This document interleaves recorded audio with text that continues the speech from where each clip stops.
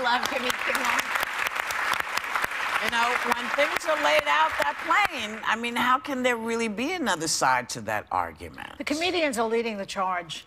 I mean, everybody gets in trouble now for things that we're saying because we're saying things that make sense. And Jimmy, because he's had such a personal story to tell from a comedian and makes it funny, is just remarkable. I think he's incredible. I just love him today. He put himself out there, no question, with that personal story. And I started thinking about, you know, we've had people come on the show and say, well, that's not my job. My job is just to make people laugh. I don't want to talk politically. I don't want to get involved. But this goes to show you when you have that kind of platform and you do get involved, you can really make a difference. It's not for everyone. Yes. It became very personal for him with his son. Which is hard to do. It's hard to put your life out there. I think it brings up an important point, which is that I don't, when you say, is there another side to this argument? I think there are a lot of people on both sides of the aisle would agree and want children to have coverage, want people to have coverage, want people with pre-existing conditions to have coverage. I think there are caring people on all sides. I think the question is how to pay for it.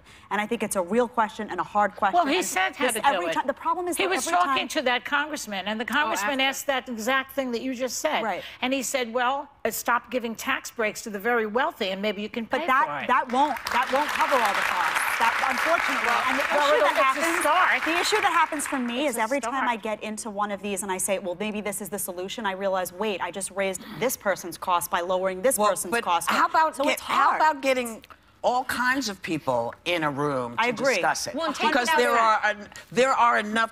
Look, this isn't about the party. You know, this is my thing. It ain't about the party. It's about the people. That's right. And if you're fudging the people over.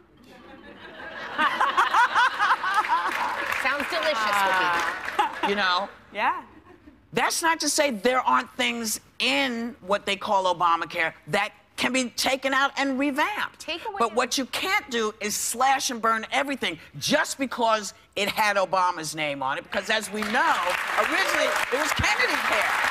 And maybe take it out of a profit business. Like maybe insurance companies, it shouldn't be put in insurance companies that are looking for profit. Because you think about how the money goes to the top of the company, that's taking out some of what we're paying in. So if you had someone that controlled it that wasn't taking profit. Or a not-for-profit option. Who said that on the show? Kirsten. Senator Gillibrand said that yesterday. You know, or give me the money if I did really well this year and I didn't get sick and I paid all that insurance. Give me my money back so that I can take care of my kid if my kid gets sick. Why is it that every other country seems to be able to pay for it? Countries that are not as rich as we are. Well, we want to pay for it, and we want our quality of care to be good. We want our doctors to be incentivized. And we want the whole picture. Because we gotta go.